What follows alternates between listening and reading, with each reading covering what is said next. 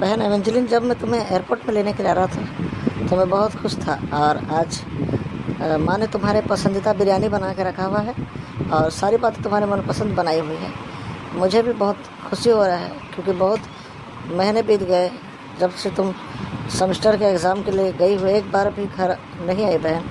और माँ बहुत खुश होगी तुमसे मिलकर।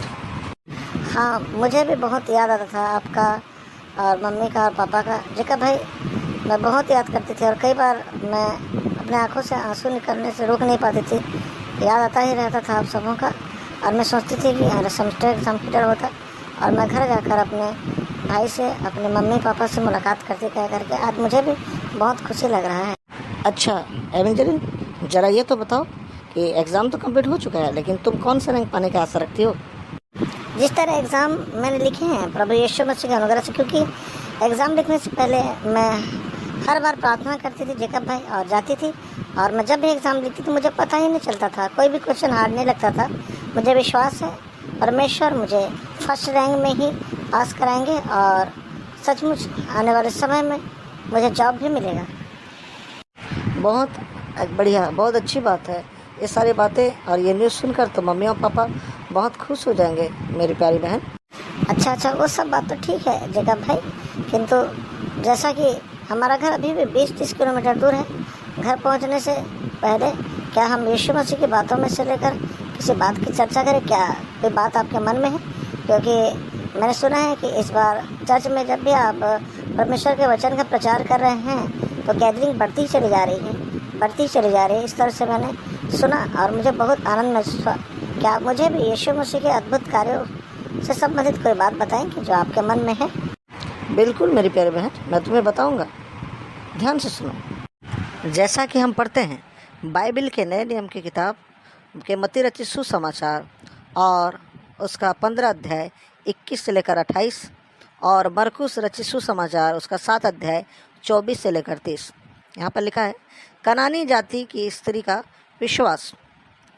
यीशु वहाँ से निकलकर सुर और सैदा के प्रदेश की ओर चला गया। उस प्रदेश में एक कनानी स्त्री निकली और चिल्लाकर कहने लगी, हे प्रभु दाऊद की संतान, मुझ पर दया कर, मेरी बेटी को दुष्ट आत्मा बहुत सता रहा है। पर उसने उसे कुछ उत्तर न दिया। तब उसके चेलों ने आकर उससे विनती की, इसे विदा कर, क्योंकि वह हमारे पीछे चिल्लाती हुई आ रही है। उसने उत्तर दिया, इज़राइल के घराने की खोई हुई भेड़ों को छोड़ मैं किसी के पास नहीं भेजा गया। पर वह आई और यीशु को प्रणाम करके कहने लगी, हे प्रभु मेरी सहायता कर। उसने उत्तर दिया, लड़कों की रोटी लेकर कुत्तों के आगे डाला अच्छा नहीं है। उसने कहा, सत्य है प्रभु, पर कुत्ते भी वह चूर चार खाते हैं जो उनके स्वामी की मेज से गिरते हैं। इस पर यीशु ने उसको उत्तर दिया, हे स्त्री, तेरे विश्वास बड़ा है, जैसा तू चाहती है तेरे लिए वैसा ही हो। और उसकी बेटी उसी घड़ी चंगी हो गई। तो तुमने देखा एवेंजलिन, परमेश्वर विश्वास करने वालों के लिए अद्भुत कार्य करता है। एक जगह यीशु मसीह ने कहा, तो विश्वास करो तो परमेश्वर की महिमा को देखने पाओगे। मैं तुम्हें बताना चाहूँगा, वहाँ पर हम देखते हैं उस स्त्री का विश्वास बड़ा था। नहीं तो कनानी लोगों से कोई भी मेल जोल नहीं था, या कहा जाए तो उनके लिए कोई भी कार्य करना आवश्यक नहीं था, लेकिन उसके विश्वास के द्वारा ही उसने अपने बेटी की चंगाई को प्राप्त किया। आज हम भी अगर विश्वास करते हैं तो परमेश्वर हमारे लिए अद्भुत कार्य को करता है। ये बड़ी बात है। आमीन।